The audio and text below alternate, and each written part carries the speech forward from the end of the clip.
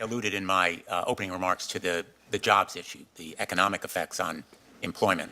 I think you have said, in fact, and I'm going to quote, development of superhuman machine intelligence is probably the greatest threat to the continued existence of humanity, end quote.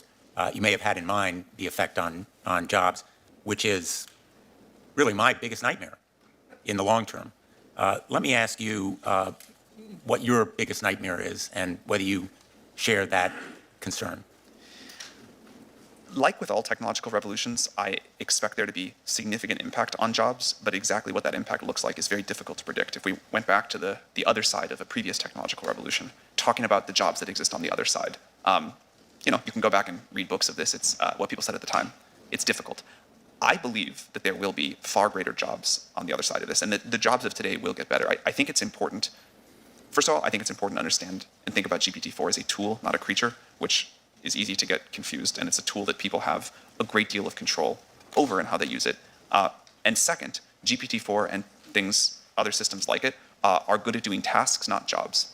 And so you see already people that are using GPT-4 to do their job much more efficiently by helping them with tasks. Now, GPT-4 will, I think, entirely automate away some jobs, and it will create new ones that we believe will be much better. This happens, again, my understanding of the history of technology is one long technological revolution, not a bunch of different ones put together, but this has been continually happening.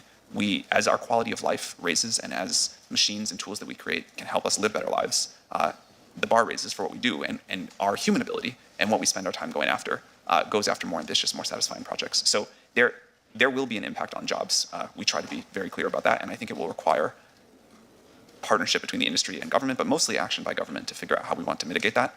But I'm very optimistic about how great the jobs of the future will be. Thank you. Let me ask Ms. Montgomery and Professor Marcus for your reactions to those questions as well. Ms. Montgomery? On the jobs point, yeah, I mean, well, it's a hugely important question, and it's one that we've been talking about for a really long time at IBM. We do believe that AI, and we've said it for a long time, is going to change every job. New jobs will be created. Many more jobs will be transformed, and some jobs will transition away. I'm a personal example of a job that didn't exist when I joined IBM, and I have a team of AI governance professionals who are in new roles that we created, as early as 3 years ago. I mean, they're new and they're growing.